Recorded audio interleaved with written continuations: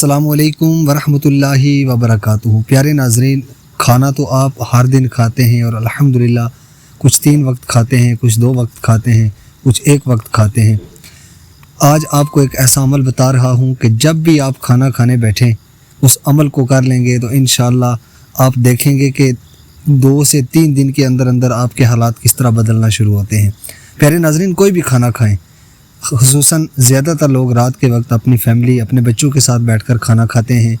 جب بھی رات آپ کھانے کے دسترخوان کے اوپر بیٹھیں، اب یہ نہیں ہے کہ کھانے کے اندر مرغ مسلم ہی ہو، نہیں، اگر پانی کے ساتھ خشک روٹی بھی کھا رہے ہیں تب بھی یہ عمل کریں تو انشاءاللہ دیکھیں آپ کے حالات کیسے بدلنا شروع ہوتے ہیں۔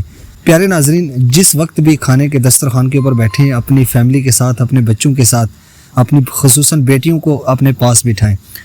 پاس بٹھانے کے بعد کھانا شروع کرنے سے پہلے جو بھی آپ کے پاس کھانا میسر ہے، چاہے وہ خشک روٹی کے ساتھ پانی ہے، چٹنی کے ساتھ آپ کھانا کھا رہے ہیں، روٹی کھا رہے ہیں، یا آپ مرغ مسلم کھا رہے ہیں، تو اللہ رب العزت کا شکر ادا کریں۔ سب سے پہلے اللہ کا اتنا شکر ادا کریں کہ اللہ رب العزت آپ سے راضی ہو جائے گا۔ جب آپ شکر ادا کریں گے، کیونکہ اللہ رب العزت نے ارشاد فرمایا ان شکرتم لازیدنکم، اگر تم میرا شکر ادا کرو گے تو میں مزید عطا کروں گا۔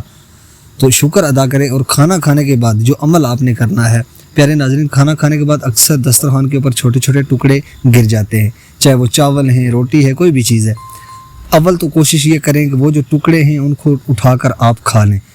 اگر کھا لیں تو یہ زیادہ بہتر ہے، نہیں کھاتے تو ان ٹکڑوں کے اوپر جو عمل کرنا ہے وہ میں آپ کو بتا رہا ہوں کہ ان ٹکڑوں کو جمع کر کے رات آپ نے گھر اسی طرح رکھ لیں۔